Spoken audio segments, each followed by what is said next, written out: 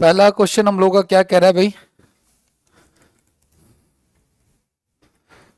पहला क्वेश्चन कह रहा है क्या 2024 में अरविंद पनगड़िया को भारत का 16th फाइनेंस कमीशन का हेड अपॉइंट किया गया है। ठीक है ना, अरविंद पनगड़िया को क्या किया गया है? भारत का 16th फाइनेंस कमीशन का हेड अपॉइंट किया गया है। ठीक है ना, ये क्या करता है? ये जो फाइनेंस कमीशन है इसकी चर्चा हमने कई बार की है क्लास में। कौन से आर्टिकल में चर्चा की है भैया मैंने इसकी? आर्टिकल 280 में गए है ना। हमारे कॉन्स्टिट्यूशन में आर्टिकल 280 में गए कहा गया है कि क्या होगा? एक फाइनेंस कमीशन होगा।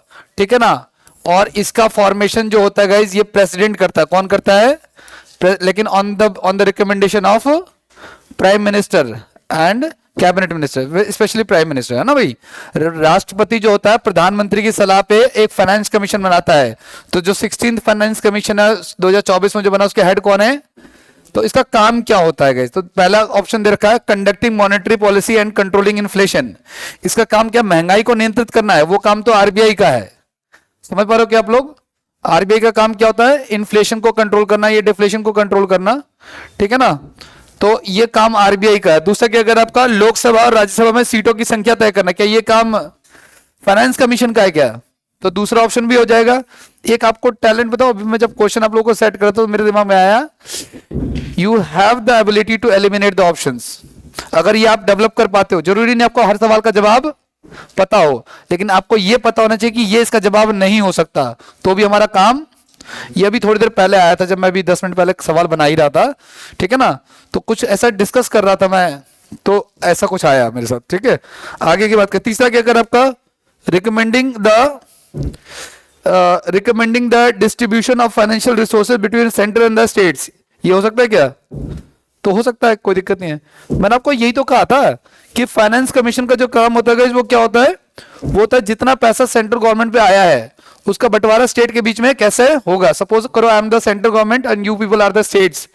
बिहार, झारखंड, राजस्थान, हरियाणा, पंजाब, उत्तर प्रदेश, लखनऊ, है ना, सारे बैठे हुए हैं। सबको चाहिए पैसा। क्या चाहिए? और किससे एक्सपेक्ट कर रहे हैं? है ना, सेंट्रल गवर्नमेंट से एक्सपेक्ट कर रहे हैं। ठीक है, अब ध्यान से सुनना, कोई दिक्कत नहीं है, एक्सपेक्ट करो, कोई दिक्कत नहीं है। तो मैंने कहा किस स्टेट को कितना मिलेगा, तो ये तो आपस में भिड़ जाएंगे फिर। तो इसके लिए नेपोटिज्म भी कर सकते हैं ये, है ना, जिसको कहते हैं ना करी फेवर, कि नीतीश कुमार जो है वो मोदी जी के साथ हैं, तो उम्मीद कर रहे हैं कि बिहार को ज्यादा मिल जाएगा। ये सब ये भी चलता रहता है इसमें। ठीक है ना, सपोर्ट करते हैं, फेवर करते हैं। इसका रीजन क्या है? वो चाहते हैं कि स्टेट को बेनिफिट ज्यादा मिले। इसके ये सब भी चलता रहता है। खैर कोई बात नहीं। तो इस बात का डिसीजन फाइनेंस कमीशन करता है। एक कमीशन बना दिया जिसका जो हेड होता है जनरली वो रिटायर्ड जज of chief justice supreme court और हाई कोर्ट होता है आर्टिकल 280 में। इसको बनाता कौन है?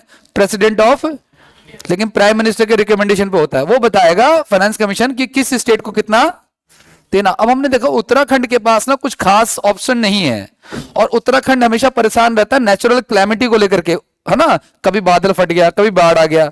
तो हमने कहा एक काम करो, उत्तराखंड को ना स्पेशल स्टेट का दर्जा दे दो आप, है ना, स्पेशल स्टेट का सिंबल दे दो आप। यानी कि अब उत्तराखंड को जो पैसा मिलता है अदर स्टेट से उससे अलग मिलेगा। Bihar is also trying to do this, कि बिहार चाहता है कि उसे भी क्या मिले? स्पेशल स्टेट का सिंबल मिले, ताकि उसको बाकी से ज्यादा पैसा मिले। आपको पता ना 3 स्टेट बनेगा, छत्तीसगढ़, उत्तराखंड और, तो ये जो झारखंड है ना ये बिहार से सेपरेट हो गया।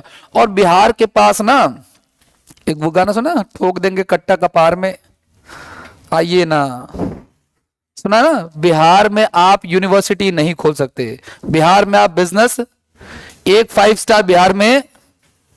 ठीक है ना, ये दुख, बड़े दुख के साथ बता रहा हूं मैं आपको, कोई गरिमा मतलब उसके साथ नहीं बता रहा, प्राउड के साथ।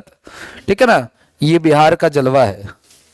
ठीक है ना, क्योंकि वहां पे रूल है, कुछ लैंड को लेकर के ऐसा रूल है कि आप उतना लैंड एक्वायर कर ही नहीं सकते, तो आप नहीं खोल सकते।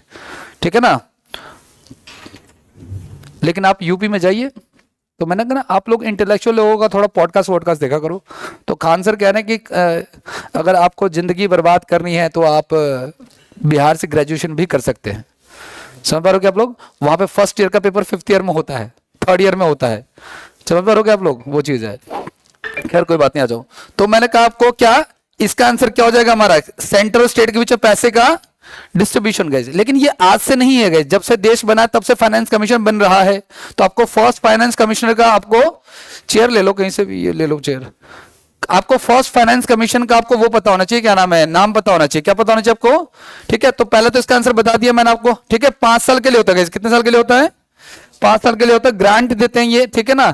अच्छा एक चीज और, पहला जो finance commission guys, first finance commission जो था, उसके हेड कौन थे, उसके हेड थे केसी नियोगी, क्या नाम था उनका, केसी नियोगी नाम था उनका, ठीक है ना गाइस। 2017 में जो फाइनेंस कमीशन बना उसका वो था 15th फाइनेंस कमीशन, वो तो उनके हेड थे एनके सिंह।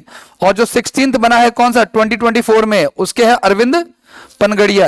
ये जो अरविंद पनगड़िया है ना गाइस, ये नीति आयोग के पहले डिप्टी चेयरमैन भी हैं। अध्यक्ष में तो चेयरमैन, सुनो सही मैं क्या करूं, आपको पता नहीं हमारे देश में एक ऑर्गेनाइजेशन थी जिसका नाम था प्लानिंग कमीशन, क्या नाम था, इसको चेंज कर दिया गया 2015 में। कौन से 2015 में, 1 जनवरी 2015 से इसका नाम क्या कर दिया गया। आपको पता है कि ये जो प्लानिंग कमीशन है इसका हेड कौन होता है, प्राइम मिनिस्टर, और नीति आयोग का भी कौन होता है, प्राइम मिनिस्टर होता है। तो ठीक है कोई दिक्कत, जब ये नीति आयोग बना ना तो इसके जो पहले वो थे चेयरमैन तो हो गए प्राइम मिनिस्टर, और डिप्टी चेयरमैन जो हो गए वो थे अरविंद पनगड़िया, ठीक है ना। डिप्टी चेयरमैन कौन थे, बहुत क्वालिफाइड आदमी है, ऐसी बात नहीं है, ठीक है। तो ये पहले नीति आयोग के पहले डिप्टी चेयरमैन भी है एक तरह से कह लो आप लोग, ठीक है ना। करें आगे बढ़ जाए, याद रहेगा आपको। वैसे बहुत सारी बातें मैंने कहा आपको, मैंने कहा जरूरी नहीं कि हर सवाल का जवाब आपको पता हो, हम बाकी को भी एलिमिनेट कर सकते हैं, आगे ध्यान रखिएगा, ठीक है। आगे की बात करते हैं, जो नेक्स्ट क्वेश्चन पे आ जाओ। यूसीसी के बारे में एक समान ढांचा लाना है, ठीक है ना। The uniform civil code aims to bring various laws under a single framework for all citizens. Personal law है, कॉर्पोरेट लॉ है, एजुकेशन लॉ है, या एग्रीकल्चर लॉ है, क्या आंसर होगा इसका। आप लोगों ने सुना होगा गाइस यूनिफॉर्म सिविल कोड, क्या सुना होगा आपने, यूनिफॉर्म सिविल कोड। आपको पता है ये किसका सपना है, आजकल तो वैसे माहौल गर्म है यूजीसी को लेकर के, यूसीसी को लेकर नहीं, ठीक है। तो यूनिफॉर्म सिविल कोड जो है ये डॉक्टर बी आर अम्बेडकर का सपना था, किसका सपना था, डॉक्टर बी आर, कोई पूछ ले कभी, ठीक है। वो चाहते थे कि इस देश में यूनिफॉर्म सिविल कोड हो, लेकिन इसमें कैसे मुद्दे आएंगे, इसमें कॉर्पोरेट के मुद्दे नहीं है, कॉर्पोरेट मतलब इंडस्ट्री वाले, ठीक है ना। इसमें पर्सनल मुद्दे हैं, ठीक है। कैसे मुद्दे, इसमें पर्सनल मुद्दे हैं। कैसे पर्सनल मुद्दे, मतलब किसी का डाइवोर्स वाला मुद्दा है, मैरिज वाला मुद्दा है, अडॉप्टेशन का मुद्दा है, सक्सेशन का मुद्दा है, इन सब के लिए सिंगल रूल होगा। यूसीसी का मतलब एक देश एक कानून होता है, लेकिन वो सिर्फ इसके लिए, समझ पा रहे हो क्या आप लोग। यूसीसी का ये मतलब नहीं होता कि आपके शादी का जो करने का जो रिवाज है और किसी और कल्चर का कोई और रिवाज ये सेम हो जाएगा, नहीं। शादी तो तुम्हें जो जैसे करनी है वैसे करो, लेकिन डाइवोर्स के लिए तुम्हें वही रूल फॉलो करना पड़ेगा जो सबके लिए है, यानी कोर्ट के थ्रू, है ना। प्रॉपर्टी का जो डिवीजन होगा वो कैसे होगा, कोर्ट के थ्रू, ठीक है ना। बुआओं की चुगली मत क्या करो, अगर बुआ ने हिस्सा मांग लिया तो दिक्कत हो जाएगी, तो बरो she is also eligible for the हिस्सेदारी, ठीक है ना। किसमें, नहीं नहीं ऐसा कुछ नहीं है, हाँ हाँ बिल्कुल है। देखो ये जो है ना डॉटर का ऐसा, ये सिर्फ हिंदूज के लिए है, हिंदूज फैमिली एक्ट के लिए, ठीक है ना, अनडिवाइडेड फैमिलीज वाला, ठीक है ना। तो मुस्लिम पर्सनल लॉ बोर्ड का अलग हिसाब किताब है, तो वो चाहते हैं कि सबका एक जैसा हो, अगर बट रहा है तो सब में ही बटेगा फिर, मतलब हिंदूज में के लड़कियों को भी मिलेगा तो मुस्लिम में भी लड़कियों को, वो ये कहना चाह रहे हैं। यूसीसी गोवा में लागू है, ठीक है ना, उत्तराखंड में लागू है। उत्तराखंड तो कुछ ज्यादा तेज चल रहा है, वो यूपी की राहो नक्शा कदम पे नजर आता है मुझे, ठीक है ना, समझ गए होंगे आप लोग। आगे बढ़े, आगे बढ़ जाए। तो यूसीसी जो है आर्टिकल कौन से आर्टिकल में गई, ये आर्टिकल 44 में गई। तो गई ये डीपीएसपी का पार्ट है, किसका पार्ट है, डायरेक्टिव प्रिंसिपल ऑफ स्टेट। तो इसमें व्यक्तिगत, आज क्लियर हो गया आप लोगों को, पर्सनल है ना, कि यूसीसी एक्चुअली किससे रिलेटेड है, डाइवोर्स से रिलेटेड है, सक्सेशन से रिलेटेड है, अडॉप्टेशन से रिलेटेड है, ठीक है ना, ये सारी चीजें। आगे की बात करें, आ जाओ। अच्छा कुछ एक बातें और ध्यान में रखना आप लोग, क्या चीज, गोवा में भारत का गोवा जो है पहले भारत का एकमात्र राज्य था जहां पे लगा था, वो पुर्तगीज ने लगाया था उसको। आगे की बात करते हैं, कुछ एक चीजें और देख लो आप लोग, क्या क्या गाइज आपको पता है, आर्टिकल 36 से लेकर के 51 तक गाइज क्या है हमारे पास, डीपीएसपी है, क्या है, राज्य के नीति निर्देशक तत्व। क्या इनको हम कोर्ट से वो करवा सकते हैं क्या, अप्लाई कर सकते हैं। ये ऑप्शनल होते हैं। क्या होते हैं ये? ऑप्शनल। ऑप्शनल मतलब क्या इसका? अब देखो, ये तो बोलते बोलते मैं थक चुका, मेरी पिछले 1 महीने से आप पढ़ रहे होगे, मैंने कितनी बार बोला होगा ये कि डीपीएसपी ऑप्शनल होता है, उसको हम कोर्ट से अप्लाई, है ना, इसीलिए तो राज्य इसका बेनिफिट उठाते हैं। मैंने इसका पंचायती राज में एग्जांपल दिया था, बच्चों की एजुकेशन को लेकर के, तभी डीपीएसपी में ना रखे, फंडामेंटल ड्यूटीज में ना रखे, आर्टिकल 21A में रखा। कौन सा अमेंडमेंट? 86 अमेंडमेंट। ठीक है, ठीक है, कोई दिक्कत नहीं। आर्टिकल 36 में गाइस डीपीएसपी की डेफिनेशन है। आर्टिकल 37 में क्या आपका गाइस, ये राज्यों के लिए फंडामेंटल है, ठीक है, और नॉट इनफोर्सेबल है, मतलब इन्फोर्स नहीं करवा सकते आप। आर्टिकल 38 में क्या है गाइस? सोशल बेसिस, गाइस ध्यान रखना, सोशल, इकोनॉमिक और पॉलिटिकल जस्टिस है इसके अंदर। आर्टिकल 39 में क्या आपका, इसमें आपका इक्वल लाइवलीहुड, बहुत इंपॉर्टेंट है, एसएससी में कई बार आ चुका है।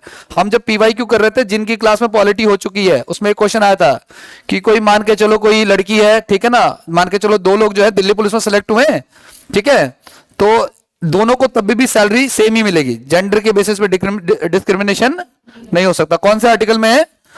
सारे आते हैं एग्जाम में, ठीक है। आर्टिकल 39A, गरीबों के लिए न्याय दिलाने के लिए तो मुफ्त कानूनी सहायता, ये भी बहुत इंपॉर्टेंट है। आप अगर कोर्ट जाते हो और जज साहब आपसे पूछेंगे कि बेटा वकील चाहिए क्या, ठीक है, आपने कहा हुजूर मेरे पास नहीं है पैसे वकील के, तो हम देंगे वकील आपको। और ये ध्यान रखना, ये जो पैसा है एक्चुअली डीपीएसपी किसका पार्ट है? स्टेट का। किसका पार्ट है? स्टेट का। तो इनको जो वकील मिलेगा, उस वकील को तो सैलरी मिलेगी ना, वो सैलरी देगा स्टेट, स्टेट के गले से जाएगा वो, ठीक है ना। आगे नेक्स्ट आर्टिकल 40 का किससे रिलेटेड आपका, है ना, पंचायती राज, लेकिन आपको पता ही है, हम ये पढ़ चुके हैं, ठीक है ना, ऑप्शनल ये। आर्टिकल 41 गाइज सरकार ना प्रमोट करने के लिए, किसको प्रमोट करने के लिए? Right to work, education, public assistant, unemployment, old age, है ना, सिकनेस, इसके लिए अलग से हेल्प दे सकती है एडिशनल, है ना। जैसे अगर मान लो कोई ओल्ड एज है 75 साल वाला, तो उसको 1000 रुपए मंथली पेंशन दे दिया, वृद्धा पेंशन दे दिया, या वो क्या बोलते हैं यार, विडो पेंशन दे दिया, विधवा पेंशन दे दिया, है ना, इस तरीके के ऑप्शन होते हैं, ठीक है। Article 42 justice and humane work condition for maternity leave, ये सिर्फ ये किसके लिए आपका, ये फीमेल्स के लिए है ना गाइस, ठीक है। तो प्रेगनेंसी के दौरान जो है ना, उनको जो वो रिलीफ मिलता है, ठीक है, वो सब कुछ इसके अंदर आता है, ऑप्शनल है। केरला में ये बिल पास हुआ था, कर्नाटका में शायद हमने पढ़ा था ये। आर्टिकल 43, ठीक है, living wages for workers. Article 43A, participation of worker in management of industries, ठीक है। आर्टिकल 44 यूसीसी के बारे में हम पढ़ चुके हैं। आर्टिकल 45 6 साल से 14 साल के बच्चों के लिए फ्री में, ये कल के दिल्ली पुलिस 19 तारीख शिफ्ट 2 में भी क्वेश्चन आया था ये, ठीक है। आर्टिकल 46 SC ST और जितने भी अदर, है ना, weaker section of the society है, उनके लिए कुछ कुछ, ठीक है। आर्टिकल 47 क्या कहता है आपका, रेज न्यूट्रिशन पब्लिक हेल्थ, है ना, सरकार आपको चाहे आपको अच्छा चीज अच्छे अच्छे खाने को मिले, न्यूट्रिशियस चीजें मिले, इसके लिए आपको फ्री में क्या देगी, तो वो जो राशन दफ्तर से मिल रहा है आपको, मतलब मिल रहा है, बेनिफिट ले रहे होगे ऐसा मान के चल रहे हैं, तो वो इसमें आता है, ठीक है ना। और ये इंटॉक्सिकेटिंग ड्रिंक्स वगैरह को रोक लगाना, ये सब चीजें। आर्टिकल 48 गाइस एग्रीकल्चर, है ना, एनिमल हस्बेंड्री से रिलेटेड है आपका। आर्टिकल 48A, वो जो काउ स्लॉटरिंग का ना, वो इसी के थ्रू रोका गया था। आर्टिकल 48 किससे रिलेटेड आपका, इन्वायरमेंटल से रिलेटेड। आर्टिकल 49 क्या आपका, ये है आपका national protection of monuments of national importance guys, ठीक है ना, मतलब राष्ट्रीय महत्व के जो स्मारक हैं जितने भी, लाल किला, ताजमहल है, ये सब कुछ है ना, वो सब इसमें आते हैं। आर्टिकल 50 में क्या आता है आपका, separation of judiciary from executive, है ना, एग्जीक्यूटिव और जुडिशरी एक दूसरे में टांग नहीं अड़ाएंगे। आर्टिकल 51 क्या आता है, इंटरनेशनल पीस है आपका। ये जितने भी हमारे देखे आपने, ये सारे आपको टिप्स पे याद होने चाहिए, रोज कर रहा हूं, लेकिन अगर आप क्लास में केवल सुन रहे हो और निकाल दे रहे हो ना कान से, इसको रास्ते में थोड़ा सा सोच लोगे तो यूज बचा पाओगे, ठीक है ना, ये चीज है। तो ध्यान रखना इस चीज का, आगे मैं पूछूंगा भी आपसे, ठीक है। एक चीज का ध्यान रखना, ये जितने भी हमारे डीपीएसपी हैं, क्या है ये, इंदिरा गांधी ने कहा कि these are above than fundamental rights, ये फंडामेंटल राइट से ज्यादा जरूरी हैं, तो उन्होंने, इंदिरा गांधी ने इसको फंडामेंटल राइट से ज्यादा ऊपर रखा इसको, लेकिन वापस चेंज किया गया। वो समझ पा रहे हो आप लोग अब, है ना। तो एक इनको ना कोर्ट में चैलेंज आप नहीं कर सकते। सबसे बड़ा डिफरेंस क्या आपका, ये ऐसा सवाल है जो यूपीएससी मेंस में भी आता है, क्या डीपीएसपी के लिए आप कोर्ट, सरकार आपको न्यूट्रिशन के लिए दे राशन या ना दे, फ्री बिजली दे या ना दे, फ्री ट्रांसपोर्ट दे या, है ना, लड़कियों को 2500 दे या मुकर जाए बोल करके, है ना, वो चीज है। आगे की बात करें, अच्छा एक चीज, जितने भी हमारे डीपीएसपी हैं गाइज, इसको 3 हिस्सों में डिवाइड करते हैं। कितने हिस्सों में? सोशलिस्ट, जिसमें सबका भला हो, गांधीयन, जो गांधी जी के कंसेप्ट पे है, और तीसरा है लिबरल, यानी कि उदारवादी।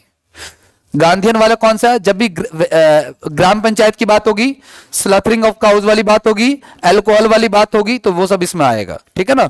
तो मैंने कहा डीपीएसपी को कितने हिस्सों में बांट सकते, आगे रिपीट होगा, मैंने भी डाला नहीं है आगे, ठीक है। कोई पूछे कि डीपीएसपी कितने हिस्सों में डिवाइडेड है, तो क्या कहोगे आप लोग? 3 हिस्सों में। एक हो जाएगा आपका सोशलिस्ट, आगे मैंने लिखा हुआ है, आगे आएगा। दूसरा आपका गांधीयन, और तीसरा आपका लिबरल, है ना। लिबरल मतलब उदार के लिए, ठीक है। आगे बढ़ जाए, नेक्स्ट क्वेश्चन पे आता है हमारा। जब अर्थव्यवस्था लगातार 2 तिमाही तक नेगेटिव होती है गाइस, 2 तिमाही मतलब 2 क्वार्टर्स तक, है ना, तो क्या इसको क्या कहते हैं? इसको रिसेशन कहते हैं। क्या कहते हैं इसको? रिसेशन कहते हैं। अगर इकोनॉमी जो है 2 क्वार्टर्स तक, है ना, लगातार नेगेटिव अगर रिजल्ट दे रही है, तो उसको रिसेशन कहते हैं, मंदी कहते हैं गाइस, ठीक है।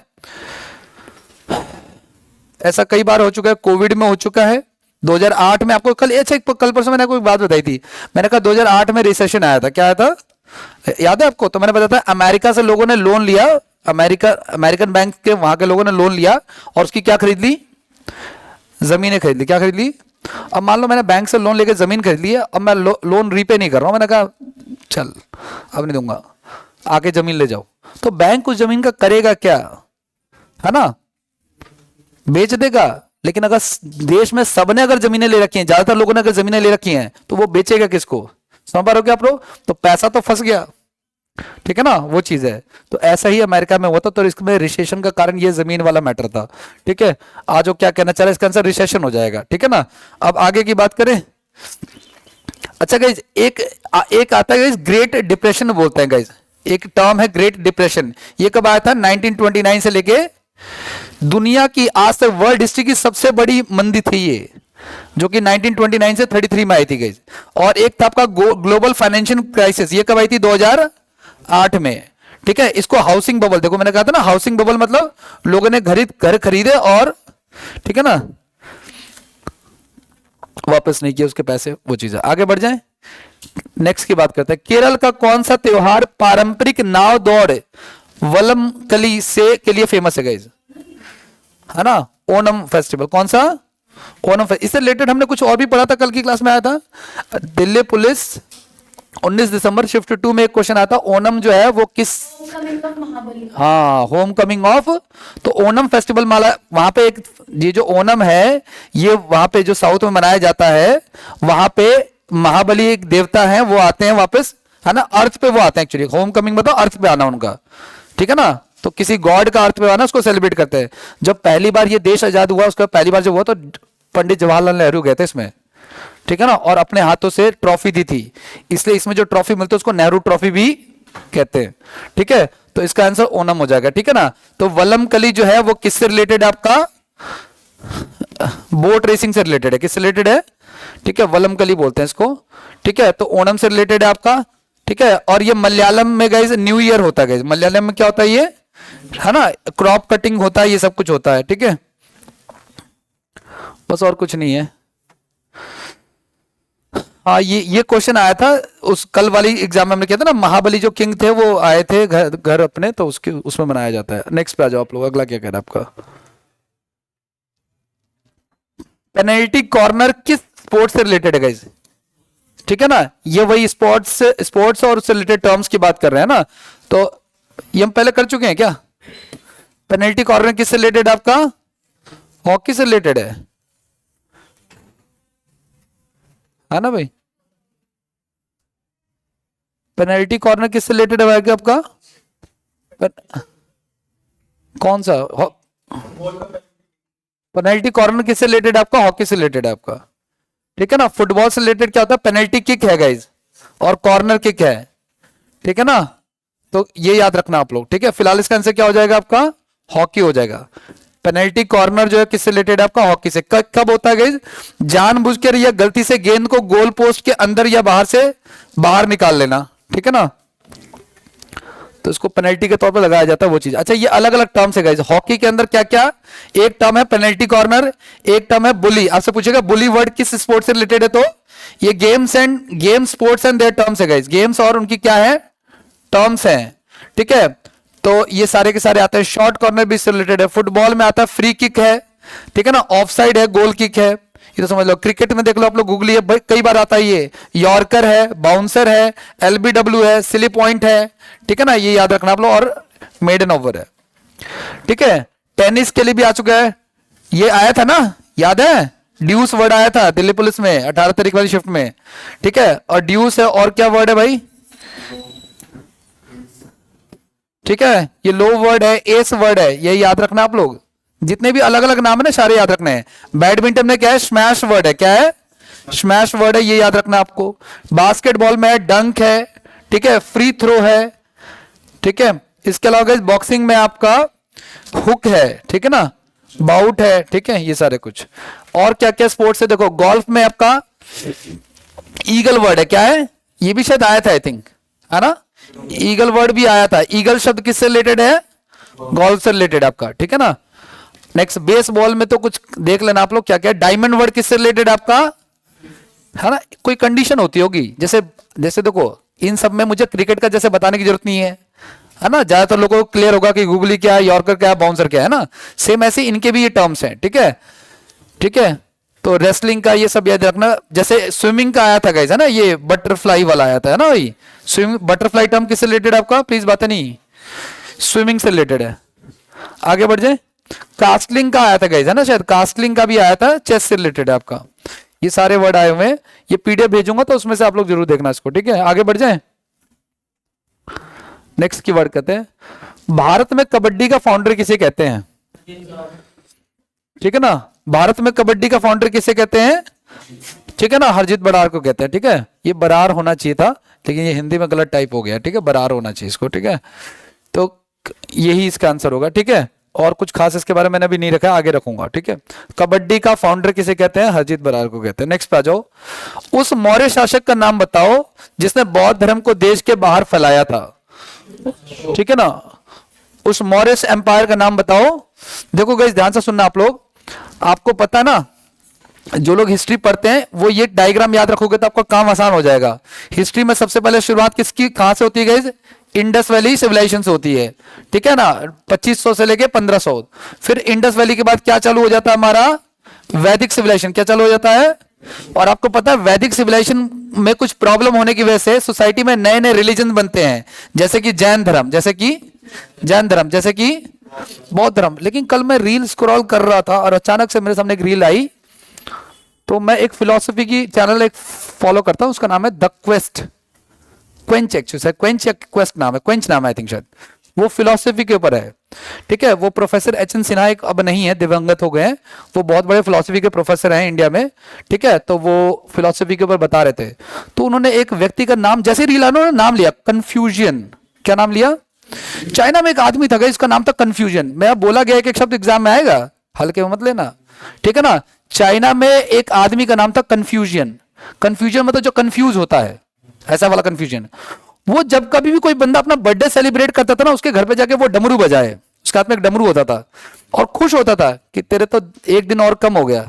लोग कहते ना कि बर्थडे क्या मनाना, मेरे तो जीवन का एक साल क्या हो गया, एक कंफ्यूजन है, ठीक है। तो जब ध्यान रखना, जैन धर्म जितना पुराना है, बौद्ध धर्म इंडिया में जितना पुराना है, उतना ही पुराना है चाइना में कन्फ्यूजन धर्म।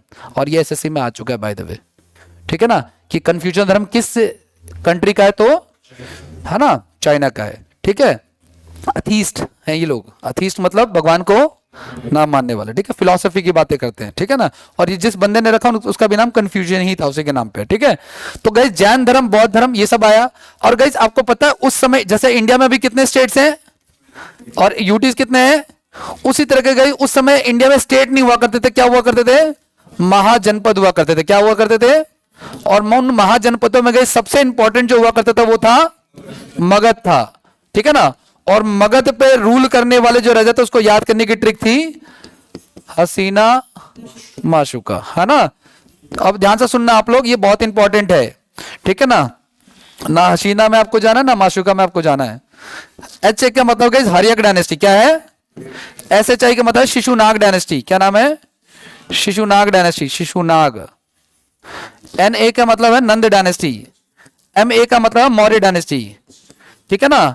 यहां से इंडिया का हिस्ट्री जो है ना बदलती है, यहां से हिस्ट्री बढ़ जाती है, ठीक है ना। उसके बाद है शुंग एम्पायर। क्या है? शुंग एम्पायर। देखो जीवन में जब तक आप कुछ नहीं कर रहे ना तब तक सब ठीक है, लेकिन अगर मान के चलो कल को आपकी इनकम बहुत ज्यादा हो जाती है तो एक टेंशन हो जाएगी, क्या? उसको मेंटेन रखने की। समझ पा रहे हो? अगर मान लो किसी आपने सेल अचीव कर ली, आपकी मान लो दुकान है और आपने सेल अचीव कर ली, चाहे बाय लक ही कर ली, आपका इच्छा नहीं थी, है ना, ऊपर वाले की मेहरबानी हुई और आपने 1 करोड़ की मान लो सेल अचीव। अब अगले साल आपके पास प्रेशर आ जाएगा क्योंकि आपने खर्चे 1 करोड़ के हिसाब से करने चालू कर दिए तुरंत ही, ठीक है ना।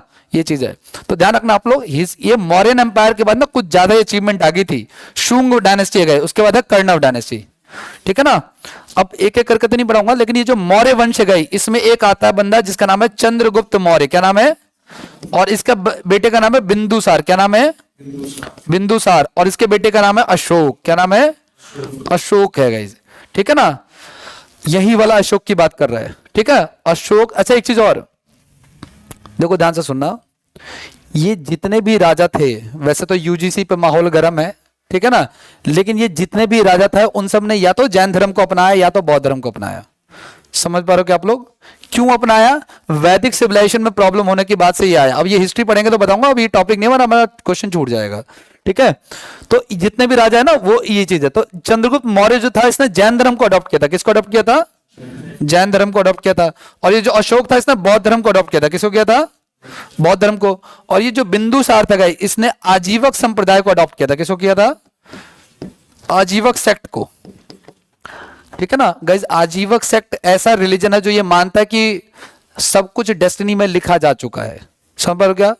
ये बंदा गया मान के चलो पंडित के पास, और पंडित ने कहा भाई तेरा तो बेकार है पढ़ना, तेरी लगने वाली नहीं है। अब ये पढ़ना बंद कर देता है, वियोग में आ जाता है, ठीक है ना, और पढ़ना बंद कर देता। मैंने कहा ना ये स्टूडेंट के साथ होता है, इसलिए कभी भी इनके पास जाना नहीं चाहिए, कभी भी नहीं चाहिए। आप अपने पर भरोसा रखो, ठीक है ना। मैंने जीवन में कभी भी अपने आप को अकेले में भी कभी दोष नहीं दिया कि मेरी किस्मत में नहीं था। समझ पा रहे हो क्या? किस्मत में तो बल्कि था, वो पंडित कहता था कि तेरी लग जाएगी। मैं ढूंढ रहा हूं पंडित को, ठीक है, मतलब आज भी समझ पा रहे हो। और आज भी क्या पता जाऊं तो कह दे कि लग जाएगी, जबकि मैं मेरे को फॉर्म ही भरे कितने साल हो चुके हैं, शायद अब तो 10 साल हो जाएंगे फॉर्म भरे हुए, ठीक है। 2016 के बाद से मैंने नहीं भरा, सीजन 16 मेरा लास्ट था, ठीक है। तो ये बंदा जब पढ़ रहा था, इसको पंडित ने कहा तेरी नहीं लगेगी, डीमोटिवेट होता है, पढ़ाई क्या कर देता है। लेकिन अब मान के चलो ये पढ़ता नहीं था और ये पंडित पर जाता है और पंडित कहता है तेरी लग जाएगी, ये फिर भी नहीं पढ़ेगा। क्यों नहीं? क्योंकि जब पंडित ने कह दिया कि लग जाएगी तो ये बुद्धि खराब करने के लिए। इसलिए जो फ्यूचर में होने वाला उसको सरप्राइज ही रहने दो, जानने की आवश्यकता नहीं है। आगे की बात करें तो अशोक ने बौद्ध धर्म को अडॉप्ट किया गाइस। किसको अडॉप्ट किया? और बौद्ध धर्म का एक्सपेंशन किया। बौद्ध धर्म का एक्सपेंशन गाइस, ये समझ लो कि ये ऐसा दुनिया का रिलीजन जो सबसे ज्यादा एक्सपेंड हुआ। जैन धर्म उतना एक्सपेंड, क्योंकि जैन धर्म बहुत ज्यादा रिजिड है, बहुत ज्यादा क्या है, एक जैन सा मॉन्क जो है दूसरे जैन मॉन्क के यहीं खाना खाएगा, है ना, बिना लहसुन का बिना प्याज का, तो वो तो पॉसिबल है ही नहीं, वो चीज है। तो इसने श्रीलंका भेजा अपने बेटों को, थाईलैंड, है ना, ये आपका चाइना, है ना, इंडोनेशिया वगैरह, जापान वगैरह, इन सब जगहों पे, ठीक है, ठीक है। तो ये अशोक इसका आंसर हो जाएगा। क्या हो जाएगा इसका आंसर? अशोक का आंसर हो जाएगा। बिंदुसार का बेटा अशोक है गाइस। इतिहास में 2 बिंदुसार है, एक तो बिंदुसार है और एक बिंबिसार है ना। बिंबिसार कौन है? हर्यक वंश का फाउंडर है। ये बिंबिसार है गाइस। कौन है गाइस? ये जो चंद्रगुप्त मौर्य था ना, इसने इंडिया के एम्पायर को बहुत एक्सपेंड किया था गाइस, है ना। इसको भारत का पहला सम्राट कहा जाता है, ठीक है ना। सम्राट समझ लो ना, ज्यादा बड़ा टर्म है। उसने सिर्फ इंडिया नहीं बल्कि इंडिया के आगे तक कैप्चर किया था, ठीक है ना। और इसने हराया था किसको? किसको हराया था भाई? किसको हराया था? सेल्यूकस निकेटर को। किसको हराया था? और ये अंग्रेज है क्या ये? और उसकी बेटी से शादी की थी, और खुश तो ये बहुत था, बहू बतासे सी, ठीक है ना, ठीक है। ये खुश बहुत था, तो बच्चे जो हुए वो भी बतासे से हुए, ठीक है। तो उसके चेहरे पे बहुत सारे स्पॉट्स थे। क्या थे? देखा ना, अंग्रेजों को अपने डॉट से होते हैं, तो इसका नाम रख दिया बिंदुसार। और तुम्हें नहीं पता, बिहारियों में तो नाम वैसे बिगाड़ देते हैं, ठीक है। ये मगध क्या है? बिहारी तो है, मगध क्या है? बिहारियों में अगर तुम बच्चे का नाम रखते हो ना तो पहले टोन में पढ़ेंगे, रे चंदनवा। अगर बोलने में अच्छा लग रहा है तो वो कंटिन्यू होगा, वरना वो, तो मैंने अपने भतीजे का नाम मंथन रखा, रे मंथनवा बोल के मम्मी कह रही है रे मंथन, वाइफ आ रही है, वाइफ आ रही है मतलब ये नाम रहेगा। अगर तुम टिपिकल कोई नाम रख दोगे ना, वैसे वो इतने टैलेंटेड होते हैं बिहारी कि वो किसी में भी वाह लगा देंगे। अगर तुम ऋषभ नाम रखोगे उसमें भी ठीक है, आगे आ जाओ चलो। तो बिंदुसार ऐसे हुआ गाइस, ठीक है। तो गाइस उसकी बेटी थी हेलेना, उससे शादी की। अब बहुत कुछ बताने को, मैं हिस्ट्री नहीं पढ़ाऊंगा आपको, लेकिन आगे बढ़ते हैं गाइस। लेकिन अशोक को रिगार्डिंग वो बात बताता हूं जो आपको जानना चाहिए। अशोक के गुरु का नाम बता दो। रिटायर हो चुका है तब तक तो। अशोक के गुरु का नाम मैं आपको पता क्यों कहता हूं, ये क्वेश्चन मैं एक बार एग्जाम में छोड़ के आया था। अशोक के जो गुरु था गाइस, उसका नाम था उपगुप्त। कौन था? उपगुप्त नाम था उसका। यस, ये क्वेश्चन एग्जाम में आता तो इंपॉर्टेंट बनता है, ठीक है। अशोक के गुरु का नाम क्या था? ये रिलीजियस गुरु है इसका गाइस। कैसा गुरु है इसका? रिलीजियस गुरु है। रिलीजियस मतलब जो धर्म की शिक्षा दे। जैसे ये जो चंद्रगुप्त मौर्य है, इसके दो गुरु हैं। कितने गुरु हैं इसके? पॉलिटिकल, और आपके भी तो दो होंगे ना, एक आपका एकेडमिक वाला या ये वाला, और एक आपका कल को जब आप पूजा पाठ करवाओगे या जो भी अपने कल्चरल एक्टिविटीज करवाओगे वो वाला। समझ पा रहे हो क्या आप लोग? तो ये पॉलिटिकल है और ये हमारे क्या है? रिलीजियस हैं। तो चंद्रगुप्त मौर्य का जो पॉलिटिकल गुरु है उसका नाम है चाणक्य। क्या नाम है? उसने किताब लिखी कौन सी? अर्थशास्त्र। तो अर्थशास्त्र में किसका जिक्र है? पॉलिटी का। और एक और बंदा आया था, वो जो दहेज में आया था, सेल्यूकस निकेटर की बेटी शादी हुई थी ना, तो एक मेगास्थनीज आया था। मेगास्थनीज ने किताब लिखी कौन सी? अब उससे सवाल बनते हैं बहुत भयंकर, इतने भयंकर कि आपको शायद अब जवाब जो आ रहे हैं ना वो कम हो जाएंगे, ठीक है ना। पहला सवाल है, मेगास्थनीज ने अपने किताब में भारतीय समाज को कितने हिस्सों में डिवाइड किया? 7 हिस्सों में। एक ही जवाब आया। देखो आप सब शांत हो गए ना, तो मामला शांत। अभी धीरे धीरे एक और पूछूंगा और मामला शांत हो जाएगा। ये सच्चाई है। लेकिन ये जो अब आंसर करोगे ना तुम, ये वाला, ये सवाल आपको एग्जाम में आगे लेके जाएगा। समझ रहे आप लोग? ठीक है। अब मैं आपको दूसरा सवाल मेरा, मेगास्थनीज ने बताया कि जो मौर्यन एम्पायर की जो आर्मी है उसको लीड करने के लिए कितने टॉप मैनेजमेंट के लोग होते थे? ठीक है ना, 8 नहीं है इसका आंसर, ठीक है ना। ये क्लास नोट्स का क्वेश्चन है, हम पढ़ेंगे क्लास नोट्स में, लेकिन अभी मैं इसके बारे में कोई चर्चा नहीं कर रहा। अब आगे जाओ। तो गाइस इसका आंसर एक तो चाणक्य हो गया, और इसको जो ये जैन धर्म का जो इसको दीक्षा दी थी ना, नहीं वो तो अशोक का था ना गुप्त, इसका था भद्रबाहु। कौन था? भद्र। गाइस कर्नाटक किसकी? चंद्रगुप्त मौर्य की बात कर रहा हूं। गाइस ध्यान से सुनना, यहाँ पे एक जगह है कर्नाटक। कौन सी जगह है? यहाँ एक जगह गई श्रवण बेलगोला। क्या नाम है इसका? ठीक है। चंद्रगुप्त मौर्य ने यहाँ पे प्राण त्याग दिए थे। प्राण त्याग दिए थे क्योंकि जैन धर्म में आखिरी समय में प्राण त्याग दिए जाते हैं, खाना पीना छोड़ दिया जाता है। उसको कहते हैं क्या? संलेखना मेथड। क्या कहते हैं उसको? है ना, खाना पीना जो उनका कहना चल रहा है, भाई तेरे को अब जाना है, क्यों क्यों कोशिश कर रहा है? वेंटिलेटर पे पड़ा हुआ है, यूं जिद पकड़े हुए कि मैं मरूंगा नहीं। वेंटिलेटर के जैसे स्विच बंद होगा, आदमी वेंटिलेटर पे बचा रहता है ना, देखा होगा आपने। अगर डॉक्टर बोले कि वेंटिलेटर पे है तो समझ लो कि जिंदा ही है। अगर रिकवरी कर गया तो कर गया, नहीं तो वेंटिलेटर बंद होते ही। तो कौन होगा ऐसा व्यक्ति जो वेंटिलेटर बंद होते ही बंद हो जाएगा? जिसकी उम्र चल रही है 100 साल। जिस दिन तुम अगर मैक्स में अगर एडमिटेड हो तो 10 रुपए पर डे दो, सांसें चलती रहेंगी। कितने दिन अफोर्ड करोगे? 10 दिन, 20 दिन, 50 दिन? अगर प्रीमियम करवा रखा होगा लाइफ इंश्योरेंस, वो क्या कहते हैं उसको यार, हेल्थ इंश्योरेंस, तो 10 लाख तो उठाएंगे वो, ठीक है ना। बस इससे तो नहीं, उसके बाद सांसें रोक दी जाएंगी, ठीक है ना, वो चीज है। तो जैन धर्म कहता है इतने परेशान हो मत, लास्ट टाइम पे आपको परेशान होना नहीं है, कोशिश नहीं करनी अपने आपको सर्वाइव करने की, छोड़ देना है, सब कुछ छोड़ देना है, ठीक है। आगे की बात करते हैं, चलो आ जाओ। तो अशोक की बात करते हैं, कुछ इसके बारे में और चीज जान लो। गए इसने एक वॉर लड़ा था, कौन सा? कलिंग वॉर लड़ा था। गई कब लड़ा था? 260। ये बहुत इंपॉर्टेंट है, ठीक है। अपने राजा बनने के शायद आई थिंक 8th ईयर में लड़ा था इसने, है ना। ये भी इंपॉर्टेंट है गाइस, ठीक है। बाकी और कुछ खास नहीं है। अच्छा एक चीज और जान लो आप लोग गाइस, इसको ना इसको क्या कहते हैं? इसको अशोक को, इसको कहते हैं शिलालेखों का राजकुमार। क्या कहते हैं इसको? है ना, प्रिंस ऑफ, क्या कहेंगे उसको हम लोग? पिलर इंस्क्रिप्शंस कह लो आप लोग। मतलब कि ये ऐसा पहला राजा था जिसने बहुत सारे पूरे ऑल ओवर इंडिया में क्या लगवाए? पिलर्स लगवाए। और उसको पिलर्स के क्या लिखवा दिया उसने? रूल्स रेगुलेशन, धम्म की नीतियां लिखवा दी, ठीक है ना, कि क्या क्या रूल सोसाइटी को फॉलो करना है, ठीक है ना। आगे की बात करें तो गाइज रॉक एडिक्ट्स मिले हैं, ठीक है ना, ये सारी बातें की है। एक अशोक चक्र भी मिला हुआ है और एक लायन कैपिटल ऑफ अशोक कहां से मिला हुआ है?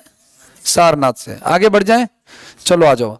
तराइन का पहला युद्ध, ये तो कोई दिक्कत वाली बात ही नहीं है गाइज। तराइन का पहला युद्ध, फर्स्ट बैटल ऑफ तराइन कहां पे हुआ था?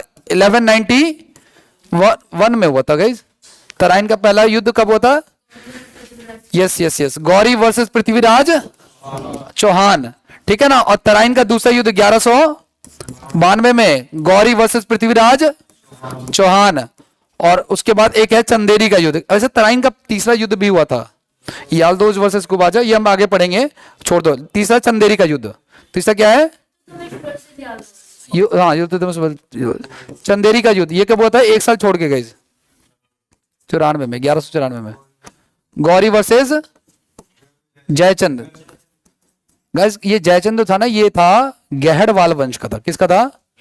नॉट गढ़वाल, गढ़वाल पनीर वाला नहीं, गहड़वाल, हाँ पहाड़ी, ठीक है ना। अल्लाह उदल की कहानी सुनी आप लोगों ने? दो ब्रदर्स थे, फाइटर्स थे, नहीं? चलो कभी हिस्ट्री में पढ़ेंगे, आगे आ जाओ। सुनो मेरी बात, गौरी के बैटल लिखे गए, मैंने क्या लिखे हैं? तीनों गौरी के बैटल लिखे हैं। यानी गौरी जब भारत में आया तो उसने कितनी लड़ाई, वैसे तो बहुत लड़ी, लेकिन मेजर कितनी है? तराइन का फर्स्ट बैटल 1191, तराइन का दूसरा बैटल 1100 और एक चंदेरी का बैटल, है ना। पहले वाले में पृथ्वीराज चौहान जीत जाता और गौरी, तो ये इसको मौका मिल जाता, दोबारा अटैक करता तो पृथ्वीराज चौहान आ जाता और गौरी, फिर ये इसको निपटाता जयचंद को। ये इन्विटेशन इसी ने दिया था एक्चुअली, ठीक है ना। आगे बढ़ जाए तो क्या क्वेश्चन है हमारा? तराइन का पहला युद्ध किसके बीच में हुआ था? पृथ्वीराज चौहान और मोहम्मद गौरी के बीच में, ठीक है ना। आगे बढ़ जाए, बाबर और इब्राहिम लोदी के बीच में गाइस पानीपत का युद्ध हुआ था। गाइस क्या हुआ था? पानीपत का पहला युद्ध हुआ था, ठीक है ना। बाबर की तो मैंने लड़ाइयां बताई आपको, 4 लड़ाइयां मेन है। पानी पी के, खाना खा के, चंदेरी चली, घाघरा पहन के। तो 1526, 1527, 1528 और 1500, 4 बैक टू बैक लड़ाइयां, चारों में वो जीत हासिल करता है। और उसके बाद 1530 में क्या चला, कहां जाता है?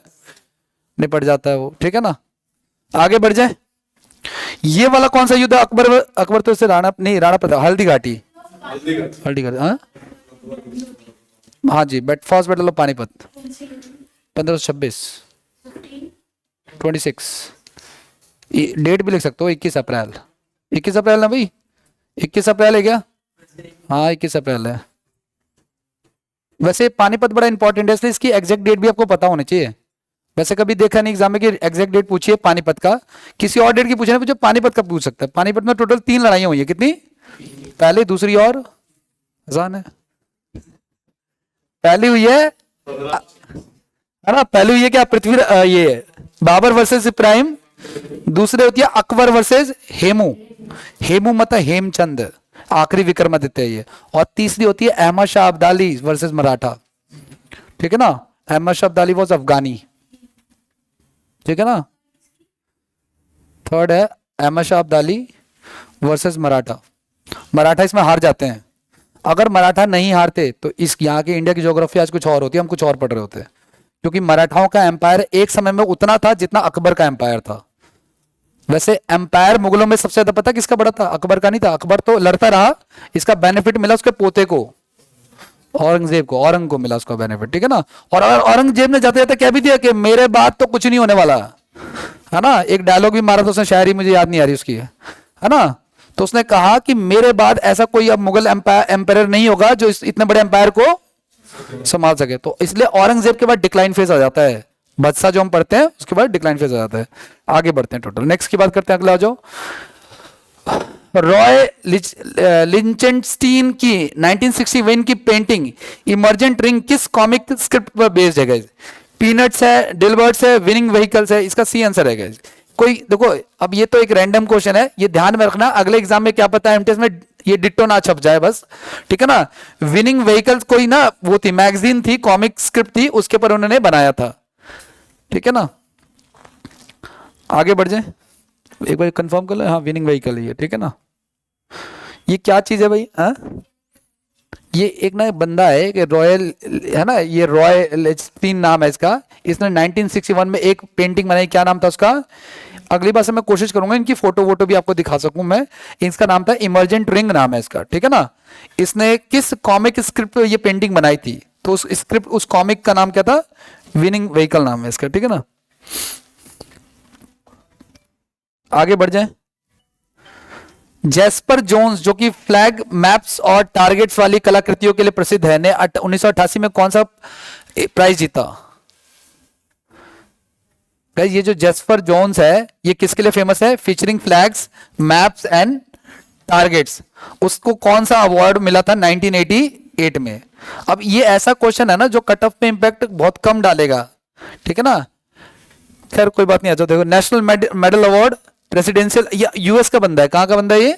यूएस की बात कर रहे हो, यूएस के मेडल की बात कर रहे हो। जैसे हमारे पे पद्मश्री मिलता है ना, वैसे भी, या और भी कंट्रीज में अलग अलग मिलता है। तो golden lion at the Venice, ठीक है ना, गोल्डन लायन एट द, ये वाला हो जाएगा, ठीक है ना। तो नाम ये मैंने कहा ना, जब कभी भी इस तरह आपने ये 2 सवाल पीछे देखे, 9वां नंबर 10वां नंबर, ये एग्जाम में जब भी आएगा एज इट इज आएगा, ध्यान रखना। वो जो तुम पढ़ रहे हो ना अशोका और ये सब कुछ, वो तो है ही है, वो आपको पता होना चाहिए। लेकिन अगर ये पता है, आप इसको रख पाते हो, तो अगले एग्जाम में आपके लिए काफी हेल्पफुल हो जाएगा। आगे बढ़ जाए, जब पीडीएफ भेजूंगा तो लिख लेना आप लोग। नेक्स्ट की बात करते हैं गाइस, सीपीआई की बात करते हैं गाइस। करप्शन परसेप्शन इंडेक्स कौन रिलीज करता है? भ्रष्टाचार धारणा सूचकांक जो है वो कौन बताता है? वर्ल्ड बैंक बनाता है, बिल्कुल गलत बात है। ट्रांसपेरेंसी इंटरनेशनल बनाता है गाइस, कौन बनाता है? अब मेरी बात को ध्यान सुनना गाइस, वर्ल्ड बैंक का काम, वर्ल्ड इकोनॉमिक फोरम का काम और यूनाइटेड नेशन का काम ये नहीं करना है, तो एक ही बचा है ना। तो मैंने कहा ना, अगर आंसर नहीं पता तो बाकियों को एलिमिनेट कर सकते हैं हम लोग, ठीक है। तो ये एक संस्था है जिसका नाम है ट्रांसपेरेंसी इंटरनेशनल। ये क्या बनाती है? करप्शन परसेप्शन इंडेक्स बनाता है, ठीक है। इसमें 0 to 100 होता है गाइस, ठीक है ना। जो 0 है वो सबसे ज्यादा भ्रष्ट है, जो 100 है वो बहुत ज्यादा साफ सुथरा है। एक तरह की एनजीओ है ये। कहां की है? बर्लिन की है। इंडिया की रैंक कितनी है इसमें वो देख लो आप लोग। इसमें मैंने डाला नहीं था शायद, आई थिंक, क्या डालना चाहिए था, चलो कोई बात नहीं, इसमें शायद मैंने डाला नहीं, चलो कोई बात नहीं, आ जाओ। नेक्स्ट हमारा गाइज कह रहा है क्या? Logistics performance index guys, LPI की बात कर रहा है ये, ठीक है ना। किसके थ्रू जारी होता है? World Bank, World Economic Forum, International Monetary Fund IMF, या फिर World Trade Organization? I think World Bank है। लॉजिस्टिक्स परफॉर्मेंस जो है किसके थ्रू होता है? ठीक है, याद रखना आप लोग। हमने पढ़ा, एक पढ़ा हमने क्या, एक हमने पढ़ा सीपीआई, करप्शन परसेप्शन इंडेक्स, ये कौन जारी करता है? Transparency international. एक हमने पढ़ा एलपीआई, है ना, लॉजिस्टिक्स तो ट्रांसपोर्टेशन को बोलते हैं वैसे तो, ठीक है ना, वो वर्ल्ड बैंक जारी करता है ये। आगे बढ़ जाए, इसका मेन टारगेट क्या है? इस इंडेक्स का जो आता है इसका है कि ट्रांसपोर्ट इंफ्रास्ट्रक्चर, कस्टम क्लियरेंस, है ना, टाइमलेस और इंटरनेशनल शिपमेंट में कौन सी कंट्री कौन सी कितनी सुविधाएं, समझ पा रहे हो क्या आप लोग? तो उसमें रैंकिंग आती है इसमें, ठीक है। आगे नेक्स्ट, ये जो एलपीआई है ना, इसमें इंडिया की रैंक जो है 139 कंट्री में 138 है, ठीक है ना। 2014 में कितनी थी? 54 थी, थोड़ी सी सुधरी है ये पहले से, ठीक है। अच्छा, इसको ठीक करने के लिए, इस रैंक को ठीक करने के लिए इंडिया में हमने एक स्कीम भी निकाली, क्या? लॉजिस्टिक्स एफिशिएंसी को बढ़ाने के लिए पीएम गति शक्ति योजना, पीएम, इसके थ्रू हम क्या कर रहे हैं? नेशनली जो है लॉजिस्टिक्स को इंक्रीज कर रहे हैं। ये पॉलिसी आई है 2022 में। साउथ अफ्रीका ने पहली बार ब्रिक्स समिट में पार्टिसिपेट किया कब? ठीक है, साउथ अफ्रीका ने पहली बार कब किया? 2011 होगा इसका आंसर, क्या होगा? 11 होगा, ठीक है। साउथ भाई, बी का ब्रिक्स मतलब, बी का मतलब क्या हो गया? ब्राजील, आर का मतलब रशिया, आई का मतलब इंडिया, सी का मतलब चाइना और एस का मतलब साउथ अफ्रीका को 2010 में, आई थिंक शायद 2009 में शामिल किया गया था, ठीक है ना, शायद, ठीक है। 2010 में इसको शामिल किया गया और इसका समिट जो हुआ था 2011 में हुआ था, ठीक है। लेकिन गाइस आपको पता है इसके कुछ, आपने देखा होगा पिछले 7-8 क्लासेस हो चुकी हैं आप लोगों की, उनमें ये ब्रिक्स का क्वेश्चन हर शिफ्ट में देखा है। और इसके कुछ परमानेंट मेंबर हैं, कुछ इसके टेम्परेरी मेंबर हैं, वो क्वेश्चन आता है। तो टोटल अभी 10-11 मेंबर हो चुके हैं इसके ना, जो लास्ट क्लास में पढ़ा था, ठीक है, ठीक है, ये चीज का ध्यान रखना पड़ेगा। अच्छा, ये जो ब्रिक्स है ना गाइस, इन्होंने एक बैंक भी बना रखा है, क्या नाम है इसका? न्यू डेवलपमेंट, ये ब्रिक्स कंट्रीज की हेल्प करेगा, ठीक है। तो 2009 में ये बना, उस समय साउथ अफ्रीका नहीं था। 2010 में साउथ अफ्रीका को एंट्री होती है, ठीक है। 2011 में पहली बार ब्रिक्स समिट में पार्टिसिपेट किया, ठीक है। और 2012 में ब्रिक्स समिट कब हुआ, कहाँ हुआ था, दिल्ली में हुआ था। ठीक है, अगला नेक्स्ट पे आते हैं। अगला क्या है आपका भाई, first finance minister of independent India. ये तो समझ लो स्टैटिक जीके टाइप का, वैसे पॉलिटी का पार्ट है ये। ठीक है ना गाइज, जब देश आजाद हुआ, कल की क्लास में बता रहा था ना कि सीएम हो या पीएम हो, वो पीएम होने के अलावा भी इंपॉर्टेंट डिपार्टमेंट अपने पास रख सकता है। समझ पा रहे हो कि आप लोग? निर्मला सीतारमन जो है वो देश की पहली फाइनेंस मिनिस्टर है, फीमेल। लेकिन गाइज, लेकिन आपको पता है उससे पहले इंदिरा गांधी के पास भी फाइनेंस मिनिस्ट्री थी जब वो पीएम थी। ठीक है ना, तो पीएम रहते हुए थी, लेकिन स्पेसिफिक कोई फाइनेंस मिनिस्टर फीमेल अभी तक नहीं था, इसलिए इसका क्रेडिट किसको जाता है? ठीक है ना, है ना। तो गाइज, जब देश आजाद हुआ तो उस समय ये प्रधानमंत्री थे, उससे उनके ये नहीं था। ये सी राजगोपालाचारी कौन है?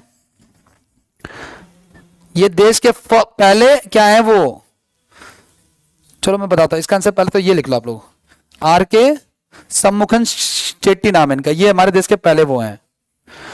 गाइस ध्यान रखना, सी राजगोपालाचारी इस देश के पहले भारतीय गवर्नर, फर्स्ट इंडियन गवर्नर और last governor general of India, ना लास्ट गवर्नर ऑफ इंडिया कौन? C Rajagopalachari, first Indian governor general, first, हाँ first finance minister R K Shanmukham Shetty, और कुछ नहीं। और सी राजगोपालाचारी जो है वो फर्स्ट इंडियन गवर्नर जनरल है। जब देश आजाद हुआ तो गवर्नर जनरल था ना, वो माउंटबेटन की चर्चा की थी ना हमने, कल ही तो की थी चर्चा। उन्होंने गांधी जी के बारे में कहा था कि अगर आने वाली पीढ़ियां समझ पाई तो आपकी चर्चा लेनिन से, है ना, और कार्ल मार्क्स वगैरह से हुआ करेगी, जो कि हो ही रही है। ठीक है ना। और सी राजगोपालाचारी बता दिया आपको। उसके बाद हमने गवर्नर जनरल वाला पोस्ट क्या कर दिया, खत्म कर दिया। ठीक है ना। मोरारजी देसाई भी प्रधानमंत्री रह चुके हैं। खैर गाइज कोई बात नहीं, एक चीज का ध्यान रखना, कोई पूछे आपसे गाइज पहली हेल्थ मिनिस्टर गाइज कौन? पहली, मेरे मुंह से कभी सुना है क्या इनका नाम? राजकुमारी। कौन है? कहां की राजकुमारी है? राजकुमारी अमृता कौर, राजकुमारी। ठीक है ना। ठीक है, ये फर्स्ट हेल्थ मिनिस्टर है हमारी। नहीं फीमेल की बात नहीं, first health minister, by default female भी है। वो जो मैंने कहा था कि एम्स बनाने में इनका काफी ज्यादा क्या है, शी वॉज द राजकुमारी। ठीक है ना, इसलिए लगा हुआ टाइटल, बट पैसा नहीं मिला देश से हॉस्पिटल बनाने के लिए, तो उन्होंने बाहर वालों से मंगाया। ठीक है, आगे की बात करें। आर सम्मुखन चेट्टी जो है गाइज, ठीक है, फाइनेंस मिनिस्टर थे। ठीक है, चलो आज नेक्स्ट की बात करते हैं।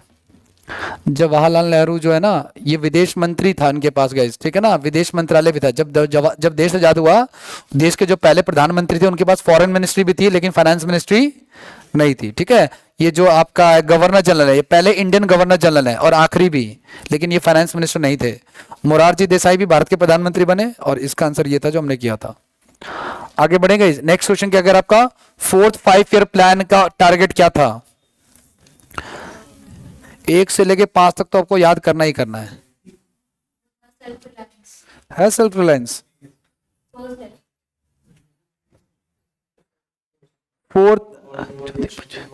फोर्थ 5 ईयर प्लान का टारगेट क्या था भाई?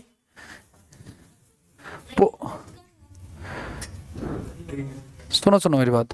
फोर्थ 5 ईयर प्लान क्या था हमारा? देखो मैं यहाँ पे लिख देता हूँ आपको, देखो सुनो, वैसे तो मैंने सारा लिखा नहीं है, सिर्फ एक का ही लिखा है वैसे। खैर कोई बात नहीं। हाँ, गरीबी हटाओ स्लोगन दिया। ग्रोथ विद, तो है ऑप्शन में ग्रोथ विद स्टेबिलिटी।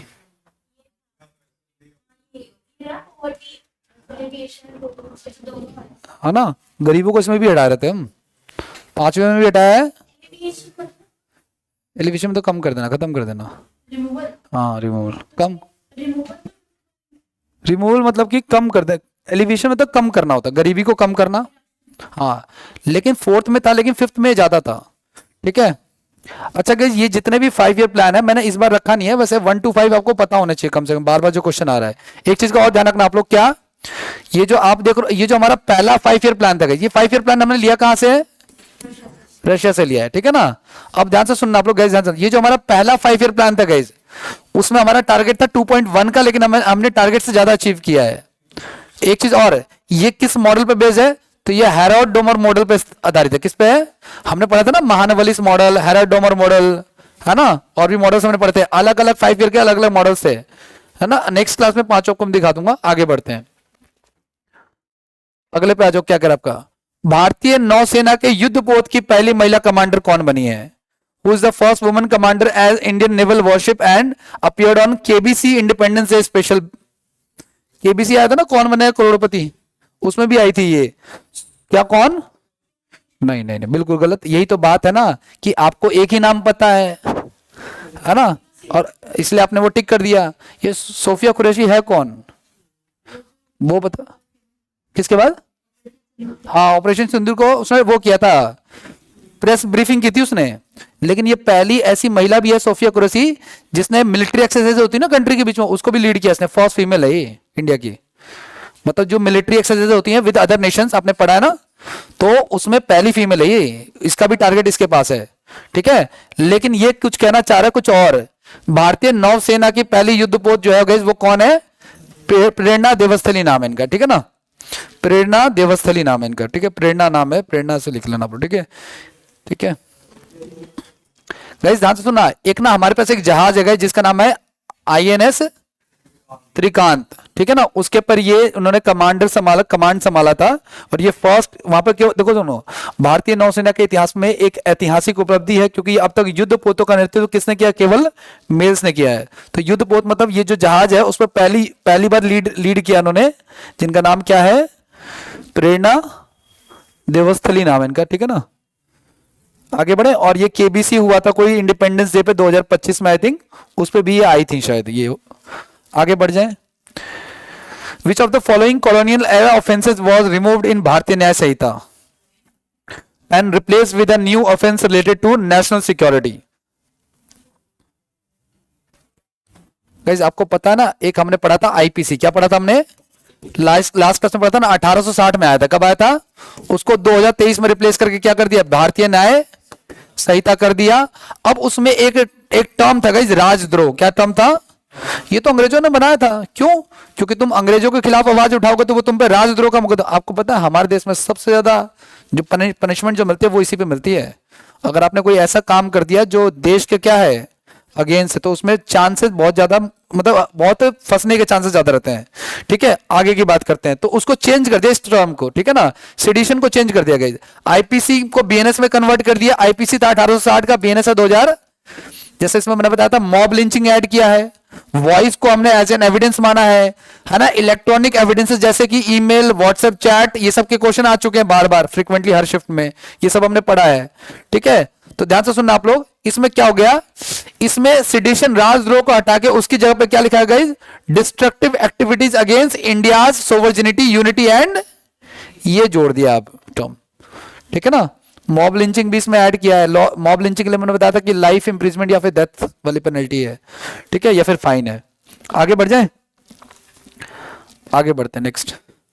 जैसे कि आपको पता है जब देश में इमरजेंसी लगी थी जो इंदिरा गांधी ने लगाई थी, उस समय आर्टिकल 352 था ना, 356 और 300, तो आर्टिकल 352 था, है ना। तो उन्होंने लगाया था, इसके लिए एक था गाइज आर्म्स रिविलियन को लेकर के था, ये आर्म्स रिविलियंस को लेकर था। इसको बोलते हैं सशस्त्र विद्रोह। क्या बोलते हैं इसको? सशस्त्र विद्रोह बोलते हैं गाइज। समझना इस चीज को, मेरी बात को बहुत ध्यान से सुनना गाइज। ये टर्म पहले हुआ करता था जिसको कहते थे आंतरिक गड़बड़ी। क्या कहते थे? आंतरिक गड़बड़ी। समझना इस चीज को, पहले संविधान में ये वाला टर्म था, तो इसका मिसयूज आगे ना हो, ध्यान से सुनना प्लीज, बातें नहीं करो। इंदिरा गांधी ने जब इमरजेंसी लगाई तो कहा, उनको लगा कि भाई देश में ना आंतरिक गड़बड़ी है, यानी कि इंटरनल डिस्टर्बेंस है, तो मुझे क्या लगानी है? इमरजेंसी लगानी है। इमरजेंसी लगा दी गई। तो जब नेक्स्ट गवर्नमेंट आई 44th अमेंडमेंट में इसका चेंज कर दिया गया कि अब आंतरिक गड़बड़ नहीं बोलेंगे, क्योंकि ऐसा तो किसी को भी गड़बड़ी लग सकती है। तो अब उसका नाम चेंज करके क्या कर दिया आपका? सशस्त्र विद्रोह, यानी कि आर्म्स रिविलियन। अगर आप गवर्नमेंट के खिलाफ हथियार उठाओगे तो गवर्नमेंट कार्रवाई करेगी, है ना, वो चीज है। तो ऐसे ये जैसे ये टर्म चेंज हो गया, पहले ये था, ये हो गया, वैसे BNS में अब ये क्या हो गया हमारा? सेडिशन को क्या कर दिया हमारा? Destructive activity against India's sovereignty, unity and integrity. आगे राष्ट्रीय सौर मिशन किस बड़े राष्ट्रीय ढांचे का हिस्सा है गाइस? नेशनल सोलर मिशन जो है गाइस, मेक इन इंडिया का पार्ट है, नेशनल एक्शन प्लान का पार्ट है, ठीक है ना, Atal mission for rejuvenation and urban transformation का पार्ट है, या स्वच्छ भारत? अब मेरी बात को ध्यान से सुनना, स्वच्छ भारत में हम सोलर प्लांट क्यों लगाएंगे, समझ पा रहे हो क्या आप लोग? तो मैंने कहा ना, अगर आप आंसर नहीं जानते हो तो बाकी आंसर को एलिमिनेट करो। मेरी बात को गौर से सुनना आप लोग, मैं क्या कहने जा रहा हूं, मैं ये कहना जा रहा हूं कि जीके में भी अगर आप देखो, जनरली बच्चे क्या कहते हैं, सर जीके तो 5 मिनट में, ठीक है ना भाई, जीके 5 मिनट में नहीं होती है, आप क्वेश्चन को शांति से पढ़ा करो, समझो। अगर जीके में आप ये एग्जाम में सोच के जा रहे हो ना, क्या सोच के कि आता है तो ठीक है, नहीं तो छोड़ दो, नहीं, 2 मिनट देना है, ऑप्शन के बारे में सोचना है, समझ पा रहे हो क्या? तो ध्यान से सुना, बात हो रही है किसकी? सोलर सिस्टम की। किसकी बात हो रही है? सौर पैनल की। सोलर पैनल था ना वो, तो इसका स्वच्छ भारत से कोई लेने देना नहीं है, तो एक ऑप्शन एलिमिनेट किया हमने, ठीक है। और क्या कह रहा है आपका? नेशनल एक्शन प्लान फॉर, हालांकि इन्होंने ऑप्शन बहुत अच्छे अच्छे दे रखे हैं, ठीक है। ये अटल मिशन फॉर रिजुविनेशन गाइस, ये ना उसके लिए है, अर्बन ट्रांसफॉर्मेशन, ये घर वर बनाने से रिलेटेड है आपका, समझ पा रहे हो क्या आप लोग? 2 ऑप्शन बचे, एक बना हमारा मेक इन इंडिया और एक बना हमारा क्लाइमेट चेंज का। तो गाइस ये मेरे हिसाब से मेक इन इंडिया का होना चाहिए, ठीक है, लेकिन क्लाइमेट चेंज का है, कोई दिक्कत नहीं है, NAPCC लिख लेना आप लोग, ठीक है ना, ठीक है, NAPCC है ना, national action plan for climate change का पार्ट है कि बड़े स्ट्रक्चर पर हम क्या यूज करें? सोलर पैनल यूज करें। नेक्स्ट पे आते हैं, अगला क्या कह रहा हमारा, ये नेशनल सोलर स्कीम जो है ये 2010 में शुरू हुई थी। किसकी, कब शुरू हुई थी, है ना, और ये किसका पार्ट है? National action plan for climate change का पार्ट है। आगे बढ़े, नेक्स्ट, सॉफ्टवेयर डेवलपमेंट, ये किस सेक्टर का पार्ट है गाइस? गाइस ध्यान से सुनना, इकोनॉमिक्स में ना बहुत सारे सेक्टर होता है, एक होता है प्राइमरी, सेकेंडरी, टर्शरी, है ना, इस तरीके से डिवाइडेड होते हैं। प्राइमरी सेक्टर वो होते हैं जो सीधे सीधे एग्रीकल्चर या जमीन या, है ना, इस तरीके से जो कनेक्टेड होता है। तो मेरी बात को गौर से सुनना पहले आप लोग, देखो जो प्राइमरी सेक्टर होता है गाइस हमारा, वो एग्रीकल्चर, माइनिंग, फॉरेस्ट या फिर फिशरी से जुड़ा हुआ है। जो सेकेंडरी सेक्टर है गाइस आपका, वो रॉ मटेरियल को तैयार करने से रिलेटेड है, इंडस्ट्रीज, डिसइन्वेस्टमेंट या फिर आपका, है ना, निर्माण यानी कि फॉर्मेशन। टर्शरी में क्या होता है? सर्विसेज आती है इसमें, क्या आती है इसमें? ट्रांसपोर्टेशन। गाइस वो चीज जो यहां पे बनी, यहां पे उसको क्या किया उन्होंने, है ना, मतलब कि उसको लास्ट गुड में चेंज किया, ब्रेड बना दिया। व्हीट यहां पे आया, इसको क्या बना दिया? यहां पे ब्रेड बना दिया, और फिर उसके बाद उसको ट्रांसपोर्टेशन दिया, सर्विसेज दी इसको। तो बैंकिंग, इंश्योरेंस, एजुकेशन इसमें आता है गाइस। और चौथा हमारा क्वाटरनरी सेक्टर गाइस, इसमें आता है गाइस, ये किससे रिलेटेड है आपका? नॉलेज से रिलेटेड है। किससे रिलेटेड है आपका? तो scientific research, software development, consultancy, R&D, research and development से रिलेटेड गाइस। ये जो चौथा वाला, इसको नॉलेज इकोनॉमी भी कहा जाता है, ठीक है। तो सॉफ्टवेयर वाला जो है वो किससे रिलेटेड है आपका, ठीक है। आगे बढ़ जाएं, अंडमान द्वीप में किस प्रकार के वन पाए जाते हैं? ट्रॉपिकल एवरग्रीन फॉरेस्ट क्या पाए जाते हैं? अब मेरी बात को जरा ध्यान सुनना, ये टर्म ध्यान रखना, सुनना मेरी बात को गौर से सुनो आप लोग, मैं ये बता रहा हूं आपको, शायद आप लोगों को ध्यान आ जाए थोड़ा सा। ट्रॉपिकल एवरग्रीन होना चाहिए 0 से 10, अभी बताता हूं आपको मैं। मेरे साथ जिन लोगों ने ज्योग्राफी पढ़ रखी है ना, वो लोग थोड़ा सा फोकस रहना, जिन लोगों ने नहीं पढ़ी है इट इज ओके। अभी देखो ध्यान से, कोई बात नहीं, ध्यान से सुनना भाई। मान के चलो गाइस ये अर्थ है हमारी, क्या है? अर्थ है, ध्यान से सुनते जाना आप लोग। और मान के चलो गाइस ये अर्थ के बीचों बीच में एक लाइन है, दैट इज 0 डिग्री इक्वेटर। क्या है ये? 0 डिग्री इक्वेटर, इसको 0 डिग्री अक्षांश भी कहते हैं गाइस। और आपको पता है यहां से लेकर के गाइस आप 10, वैसे 6 डिग्री ले लेते हैं, कितना ले लेते हैं हम लोग? आपको पता है 6 डिग्री से ना इंडिया चालू हो जाता है, समझ पा रहे हो क्या आप लोग? 6 डिग्री से वो चालू हो जाता है। और इंडिया जो है ना, वो 8 मेन जो लैंड है इंडिया का, वो कितने डिग्री से चालू हो जाता है? 8 डिग्री से। तो अच्छा अब देखो, ट्रॉपिकल एवरग्रीन, आपको पता है जितने भी फॉरेस्ट होते हैं ये इसी डिग्री पे बेस्ड होते हैं, ठीक है ना। तो ट्रॉपिकल एवरग्रीन फॉरेस्ट जो होते हैं वो ऊपर 10 डिग्री तक होते हैं, समझ पा रहे हो क्या आप लोग? ये वाला जो आएगा वो क्या आएगा आपका? ट्रॉपिकल एवरग्रीन फॉरेस्ट का है ये वाला, ठीक है। 0 डिग्री से लेकर के 10 डिग्री तक होता है। तो इसमें अंडमान आ जाए, क्योंकि आपको पता ही है अंडमान निकोबार जो है वो 6 डिग्री से चालू हो जाता है। कितने से चालू हो जाता है? तो ऑब्वियस सी बात है 10 डिग्री कवर करेगा पूरा का पूरा, वो है ना, वो चीज है। तो वो कहना चाह रहा है क्या कि ये जो आपका है अंडमान निकोबार पे किस तरह के हैं, तो सदाबहार वन है। अब ये चीज ध्यान से सुनना आप लोग, ये ट्रॉपिकल एवरग्रीन होते क्या गाइस, ऐसे वन गाइस जिसमें पूरे साल हरे रहते हैं, ये पूरे साल कभी भी इनके पत्ते नहीं झड़ते हैं। बसंत ऋतु में झड़ते हैं ना पत्ते, अभी जो स्प्रिंग वाला आएगा तो उसमें झड़ने चालू हो जाएंगे, फरवरी में देखना आप लोग पत्ते पत्ते गिरे मिलेंगे आपको रोड पे, लेकिन ये हमेशा ही एवरग्रीन रहते हैं 0 डिग्री से लेकर के 10 डिग्री तक।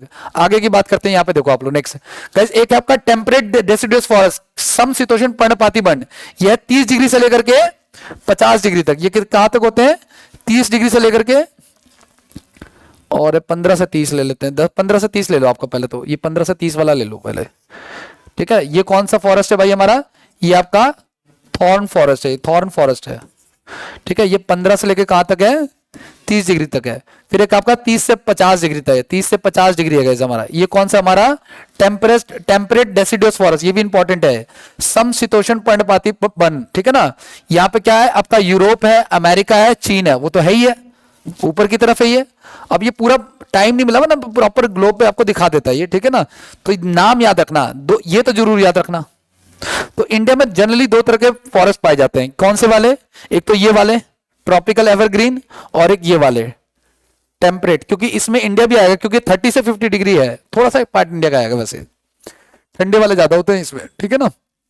मेरी बात को गौर से सुनना है, इंडिया की शुरुआत जो होती है वो 8 डिग्री से होती है, कितने से होती है, और लगभग 32 डिग्री पे क्या हो जाता है, तो ये तो ऑलमोस्ट क्रॉस ही हो चुका है लगभग, ठीक है ना। वो चीज है, जो लोग ज्योग्राफी पढ़ चुके हैं मुझसे उनको पता होगा मैं किस चीज की बात कर रहा हूं। आगे की बात करें क्या, हाँ ये वाला, ये जो कांटेदार वाले होते हैं गाइस। अच्छा ऐसा नहीं है कि इंडिया में तो और कहा, आप ध्यान रखना, जो यहां मिलेगा वही यहां मिलेगा, वही यहां मिलेगा, समझ पा रहे हो क्या आप लोग। अगर अंडमान निकोबार में एवरग्रीन फॉरेस्ट है तो उसके एंगल पे जितने भी और कंट्रीज आएंगी सब में मिलेगा आपको, ठीक है ना। तो आप देखो ये जितने भी नाम लिखे हुए ना, जैसे राजस्थान लिख दिया, फिर अफ्रीका का थार डेजर्ट, वो सहारा डेजर्ट लिख दिया, है ना, फिर वेस्ट एशिया लिख दिया, है ना। तो ये सारे के सारे के अंदर जो है ना, रेगिस्तान में कैसे होता है हमारे पास थॉर्न फॉरेस्ट होता है, कांटेदार पौधे होते हैं जहां पे कांटेदार वृक्ष उगते हैं। अगले पे आ जाओ, आपका मेक इन इंडिया अभियान के तहत प्राइमरी एजुकेशन, प्राइमरी पर्पज क्या है मेक इन इंडिया का, to promote education. Make in India में प्रोमोट एजुकेशन करते हैं क्या, नहीं, ठीक है ना। Digital literacy, foreign direct investment, है ना, कई बार आ चुका है गाइस, है ना। मेक इन इंडिया का था बाहर से आओ यहां पे बनाओ, ठीक है ना। आगे की बात करते हैं, नेक्स्ट की बात करते हैं। ये हमने चालू किया था, ये कब चालू हुआ था 2014 में, अभी कल की क्लास में मैंने आपको बहुत सारे स्कीम्स लिखवाई थी, ठीक है। फिलहाल आगे आ जाओ। अच्छा एक वर्ड होता है डिसइन्वेस्टमेंट, क्या होता है एक वर्ड, ये इकोनॉमिक्स का वर्ड है, ये ध्यान रखना आप लोग। विनिवेश कहते हैं गाइस, सरकार के पास मान लो कोई कंपनी है, कोई पीएसयू है, ठीक है, और मान लो उसकी कीमत जो 100 रुपए है, कितनी है, तो गवर्नमेंट चाहे तो इसका कुछ हिस्सा बेच देती है, इसको कहते हैं डिसइन्वेस्टमेंट। समझ रहे आप लोग, जैसे गवर्नमेंट ने यहाँ की इलेक्ट्रिसिटी बेच रखी है फिलहाल, इसको डिसइन्वेस्टमेंट कहते हैं, समझ पा रहे हो, विनिर्माण कहा जाता है। ये शब्द याद रखना इकोनॉमिक, जैसे वो प्राइमरी आया था ना तो आपसे टर्म पूछ सकता है, ठीक है। आगे की बात करें, जनवरी 2025 में guys athletic federation of India athletic commission के अध्यक्ष रूप में किस एथलीट को अपॉइंट किया गया guys, athletic federation of India AFI का हेड किसको अपॉइंट किया गया है, अंजू रानी को, विनोद कुमार शुक्ल को, भीम सिंह भावेश को, या अंजू बॉबी जॉर्ज को, अंजू बॉबी जॉर्ज को। ये भी बड़ा इंपॉर्टेंट नाम है गाइस, ठीक वैसे इंपॉर्टेंट जैसे हमने कल परसों के नाम पढ़ा था कर्नम, ये नाम भूलने नहीं दूंगा मैं, ठीक है ना। क्यों नहीं भूलने दूंगा, क्योंकि ये नाम एग्जाम में आएगा और जिस दिन हिट करेगा उस दिन आप मुझे याद करोगे। कर्नम मल्लेश्वरी कौन है भाई, first women weight lifter. Delhi में अगर आम आदमी पार्टी होती तो यहाँ पे एक यूनिवर्सिटी होती जिसका नाम होता दिल्ली स्पोर्ट्स यूनिवर्सिटी, है ना। अब तो जो गवर्नमेंट करंट में वो क्या कर रही है मुझे नहीं पता, लेकिन आज एक मेरे पास रील आई थी, रेखा गुप्ता ने सबको 50 रुपए पहुंचाया वृंदावन उस पर लिखा हुआ था, पता नहीं किसका था। अब वो भी एंटी रील्स बना रही है, वो कल उसमें लड़ रही थी ना, क्या नाम है, विधानसभा में, कि हुजूर मेरे खिलाफ रील बनाई जा रही है। खैर कोई बात नहीं, आ जाओ सुनो मेरी बात ध्यान से, मैं क्या कह रहा हूं। अंजू ये जो अंजू बॉबी जॉर्ज जो है उनकी भी कुछ अचीवमेंट है, लेकिन सबसे पहले बात करते हैं कर्नम मल्लेश्वरी की, है ना।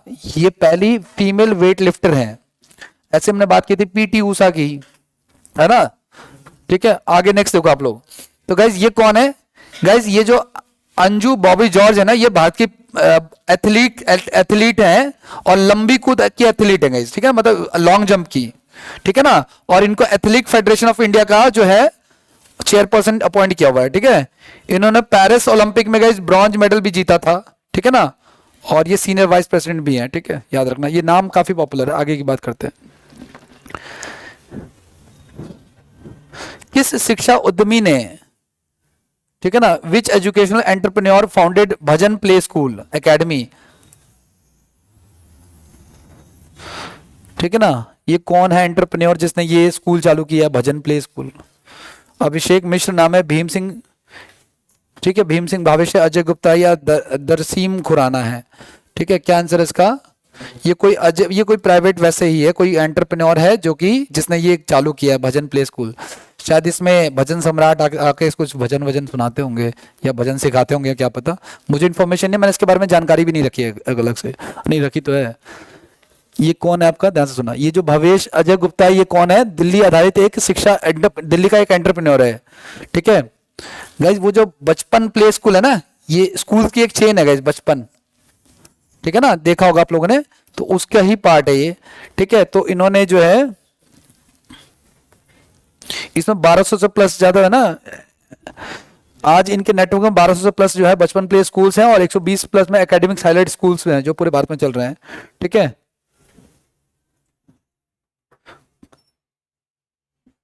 चलो आज नेक्स्ट की बात करते हैं।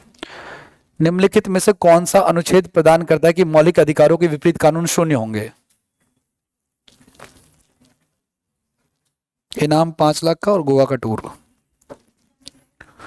कह रहा है ऐसा कौन सा आर्टिकल है हमारे कॉन्स्टिट्यूशन में, सब सुन लो अच्छे से, कोई दिक्कत नहीं है, यहां से मैं लैंग्वेज समझाता हूं, जो ये कहता है कि अगर तुमने गवर्नमेंट ने अगर कोई भी रूल बनाया है which is against our fundamental rights, तो वो जीरो हो जाएगा, नल वॉइड हो जाएगा। आर्टिकल 32 में तो ये है कि कुछ कांड हो गया तो आप कोर्ट जा सकते हो, अपने आप से झूठ मत बोला करो यार, आपको सब पता है। आर्टिकल 32 आप जबरदस्ती अपनी नॉलेज में मत घुसा करो ना, फंस जाओगे। समझ हो गया? जैसे एक नाम आया सोफिया कुरैशी, तो वही बोल दिया आपने, फॉर एग्जाम्पल के तौर पे बता रहा हूं मैं आपको, ठीक है ना। आर्टिकल 32 ये कहता है कि अगर कोई फंडामेंटल राइट से इंप्लीमेंट नहीं हो रहा तो उसके लिए आप कोर्ट जा सकते हो। वो ये कह रहा है कि फंडामेंटल राइट्स के अगेंस्ट हम लॉ बनाने ही नहीं देंगे, वो अपने आप ही नल एंड वॉइड हो जाएगा, ठीक है ना। तो वो आर्टिकल क्या कहता है, पहले बताओ फंडामेंटल राइट्स कौन से कहां से कहां तक है? आर्टिकल 12 से लेकर के 35 तक, कहां तक है? 35 तक। इस आर्टिकल 12 में पता है क्या आपको क्या है? डेफिनेशन ऑफ स्टेट है, क्या है? और आर्टिकल 13 कहता है गाइस कि suppose if government is making any law against the fundamental rights, तो वो अपने आप ही नल एंड वॉइड हो जाएगा। क्या हो जाएगा? अपने आप ही वो यूज का रहेगा ही नहीं है। ये आर्टिकल 13 में कितने फंडामेंटल राइट्स हमारे टोटल? हाँ, वो लॉ नल, उसको पास कराने की जरूरत ही नहीं है, पास हो भी गया तो भी वो नल एंड वॉइड है ना।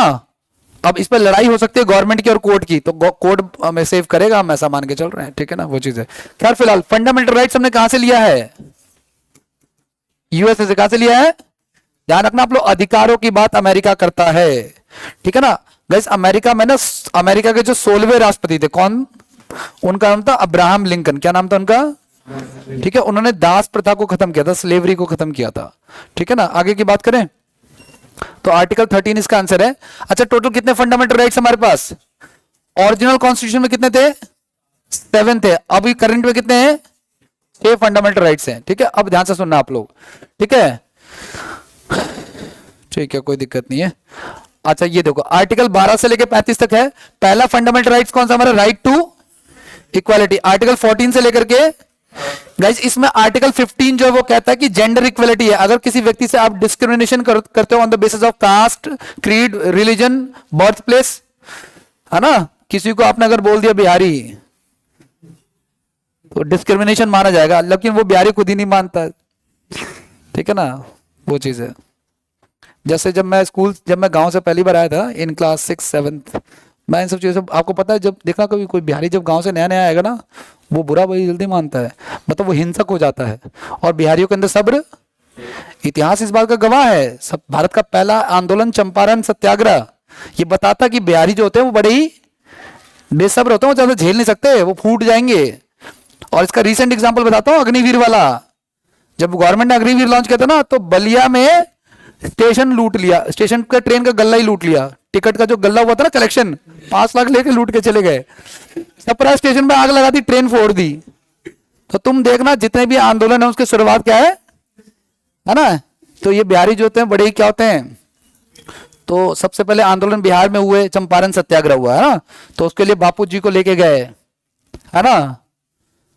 एक व्यक्ति था, उनका नाम था गाइस राजेंद्र शुक्ल नाम था, हाँ राजेंद्र शुक्ला नाम था ना, राजेंद्र शुक्ला सही कह रहा हूं मैं। वो महात्मा गांधी को कई दिनों से पोक कर रहे थे फेसबुक पे, ठीक है ना। महात्मा गांधी पोक बैक नहीं कर रहे थे। क्या पोक कर रहे थे कि हुजूर चलो चंपारण में आपकी बातचीत है। तो महात्मा गांधी गए वहां पे, अंग्रेजों ने उनकी फील्डिंग सेट कर रखी थी वहीं पे कि इनको इसी में ही निपटा देंगे, आगे क्रांति होगी ही। तो उन पे जैसे देखो ना फिल्मों में, गोली चलने वाली धक्का दे दिया, झूमर गिरने वाला है तो हीरोइन ने धक्का दे दिया, है ना, झूमर के नीचे की मर। सुनो तो सही मेरी बात। तो एक व्यक्ति थे, उनका नाम था बत्तख खां। क्या नाम था? बत्तख खां। उन्होंने महात्मा गांधी की जान बचाई थी, ठीक है। तो याद रखना आप लोग, सुन तो लो, किताबों में नहीं मिलेगा आपको, ये ध्यान रखना, एग्जाम में आ चुका है एक बार, ठीक है ना। ये व्यक्ति अभी हाईलाइट में है क्योंकि बिहार की लेजिस्लेटिव असेंबली में इनका जिक्र हुआ था अभी बत्तख खां का। खैर कोई बात नहीं, वापस आओ। हाँ तो मैं क्या बात कर रहा था आपको, बिहारी जो होते हैं बड़े क्या होते हैं, इनकम्पिटेंट होते हैं, बड़े ही बेसब्र होते हैं, ठीक है ना, ज्यादा झेल नहीं पाते। कॉलेज की बात है, जब मैं नया नया आया था, लेट हो रहा है, लेट तो नहीं हो रहा ज्यादा, तो 5 मजा आ रहा है ना, सुनते हो।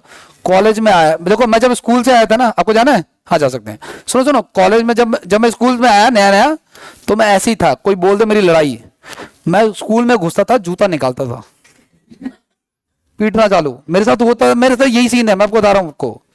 मेरी नौकरी क्यों नहीं लगी, मेरी हरकतें ऐसी थी, ठीक है ना।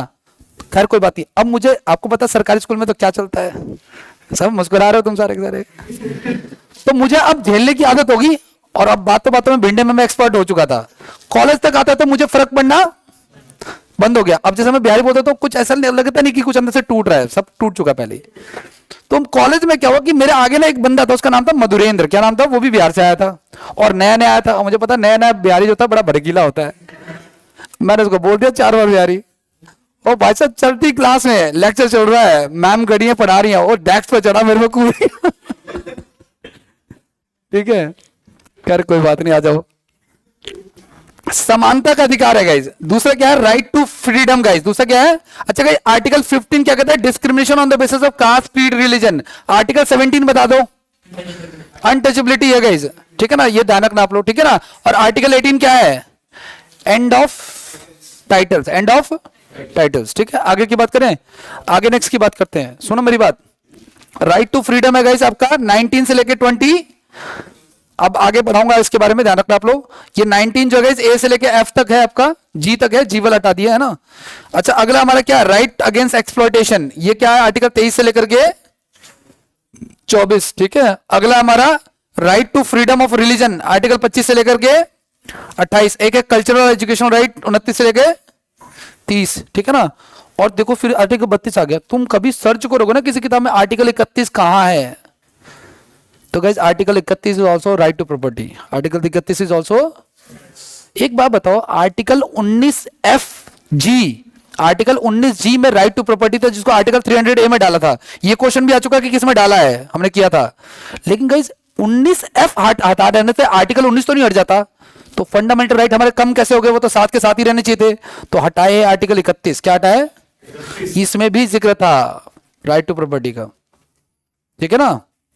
आगे की बात करें, अच्छी किताब पढ़ोगे तो उसमें मिलेगा आपको। और ये है आपका राइट टू कॉन्स्टिट्यूशनल रेमेडीज, है ना। Article doctor B R Ambedkar ने इसको क्या कहा? संविधान की सोल का है ना। वैसे प्रियम्बल को भी सोल कहा गया है, प्रियम्बल को भी क्या कहा है? वो किसी और ने कहा है, but doctor B R Ambedkar is important. ये वाला ज्यादा याद रखना आप लोग, ठीक है ना। बस एक और बच गया क्वेश्चन, वो भी कर लेते फटाफट। इनमें से कौन सा निर्देशक सिद्धांत गांधीवादी दर्शन से प्रेरित है? बताओ। गाइस गांधी जी की बात होगी तो उस दिन ड्राई डे रहेगा। क्या रहेगा? दारू नहीं मिलेगी आपको, सिर्फ मिलेगी पिछली गली में, ठीक है। सुनो तो सही मेरे हाथ, तुम्हारी तो पिछली गली में है मुझे पता है, क्योंकि इसकी अगली गली मेरी है ना। खैर कोई बात नहीं, छोड़ो सही, उस दिन ड्राई डे रहेगा, मतलब Gandhi ji was against the, ठीक है ना, अल्कोहल, ठीक है कोई बात नहीं। दूसरा, गांधी जी कहते थे ग्राम राज्य से राम राज्य लाना, मतलब विलेजेस को इंकरेज कर रहे हैं, पंचायती राज को इंकरेज कर रहे हैं, ये सारी चीजें थी, है ना। ऐसे जानवर जो दूध देते हैं उनको स्लथरिंग ना करना, उनको मारना नहीं, ठीक है, ये सारी बातें थी। और नशे वशे से दूर रहना, ठीक है ना, वो चीज है। कैलिफोर्निया, ठीक है ना, कौन सा आर्टिकल हो जाएगा, आर्टिकल 4। ध्यान से सुनना आप लोग प्लीज, एक बार बस लास्ट पॉइंट है मेरा, ये डीपीएसपी का पार्ट है गाइस, किसका है, ये सारे के सारे गांधीयन प्रिंसिपल है गाइस, शराब नहीं, नशीले पदार्थ नहीं, ठीक है ना, आर्थिक हितों की रक्षा करना, ठीक है, ग्रामीण इंडस्ट्रीज को बढ़ाना गांव में, और ग्राम पंचायतों का फॉर्मेशन, ठीक है ना गाइस। जब इसमें ग्राम पंचायतों को डालो तो ये किसका पार्ट है, डीपीएस, और DPSP is not challengeable in court. तो गवर्नमेंट कैसे इसको इंप्लीमेंट करवाएगी, तो गवर्नमेंट ने इसको इंप्लीमेंट कराने के लिए बहुत सारे अमेंडमेंट किया, और एक क्या आर्टिकल 243 सब पढ़ा चुका मैं, ठीक है ना, लेकिन मैं हर बार बोलूंगा, कोई दिक्कत नहीं है। आगे देखो, सुनो तो सही, आर्टिकल 48 इन्वायरमेंट है, ये सब हम पढ़ चुके हैं, यूनिफॉर्म सिविल कोड है। लेकिन ध्यान से सुना आप लोग, हमारा जो डीपीएसपी है इसको मैंने बताया कितने हिस्सों में डिवाइड करते हैं। पहला है सोशलिस्ट, पहला क्या है, उसमें आर्टिकल 38, 39, 41, 42, 43, 47 आता है। सोशलिस्ट मतलब समाजवाद के लिए सब कुछ फ्री कर देना एक तरह से, मतलब क्या, आपको अच्छा न्यूट्रिशन फूड मिले, तो मिड डे मील मिल रहा है, और वो मिड डे मील वैसे चाइल्ड्स को एजुकेशन के पर्पज से मिल रहा है, मतलब वो राशन वाला जो मिल रहा है वो, मजदूरों के लिए जीवन स्तर का काम की सुविधा, वो मनरेगा है ना, और वो सब कुछ है ना, ये मैटरनिटी लीव मिल रही है, और अच्छा इन्वायरमेंट मिल रहा है, ठीक है, एजुकेशन और इन सब जगहों पे पब्लिक हेल्प मिल रही है, इक्वल वर्क के लिए इक्वल वेतन, ये इंपॉर्टेंट है, ध्यान रखना। और इसी में आर्टिकल 39 में क्या हमारा, free legal aid, free legal है ना, वो वकील, फ्री में वकील मिल रहा है आपका, ये भी मत भूलना, ये सब कुछ। तो एक हमारा, ये हमारा सोशलिस्ट है, इसमें 38, 39, 41, 42, 43, 44, 47 आता है। अच्छा, गांधीयन में क्या क्या आपका, ठीक है, आर्टिकल 40, 43, 46, 47 और 48, ठीक है। अगला एक तीसरा हमारा लिबरल, तीसरा क्या है, लिबरल, ये उदारवादी है, ठीक है। तो इसमें आता है यूसीसी, 45 आता है बच्चों के लिए फ्री में एजुकेशन, 86 अमेंडमेंट हमने पढ़ा था 2002 में। आर्टिकल 48 गाइस एग्रीकल्चर, इसमें भी आता है। 49 आपका ये मॉन्यूमेंट्स है ना, हमने पढ़े थे, मॉन्यूमेंट्स की सेफ्टी, और ये जुडिशियल और एग्जीक्यूटिव को सेपरेट करना, ठीक है। आज के लिए इतना ही, थैंक यू।